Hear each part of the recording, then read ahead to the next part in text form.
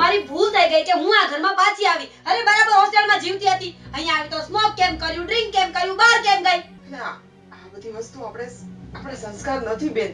સંસ્કાર? આ કોણ સંસ્કારની વાતો કરે છે? એ બધું છે ને આ તમારા ગવારોને ચાલે. તમારા ગામડાઓમાં બધું ચાલે.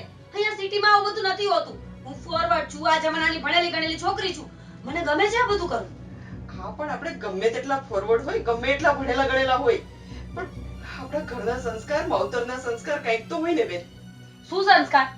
આ તારા મા બાપે તને સંસ્કાર આપ્યા છે. અમારા ઘરની નોકરાણી થઈને જીવે છે તું. એની કરતા બેટર છે કે હું જે લાઈફ જીવું છું ને મારા વટથી જીવું છું. હા પણ આવું વર્તન કરીને તમને શું મળે છે? અને મેં એવું તો કઈ કહી નથી દીધું ને તમને. જેટલું કીધું ને એટલું બહુ છે મારા માટે. આજ પછી મારા રૂમમાં આવવાની હિંમત ક્યારેય નહીં કરતા.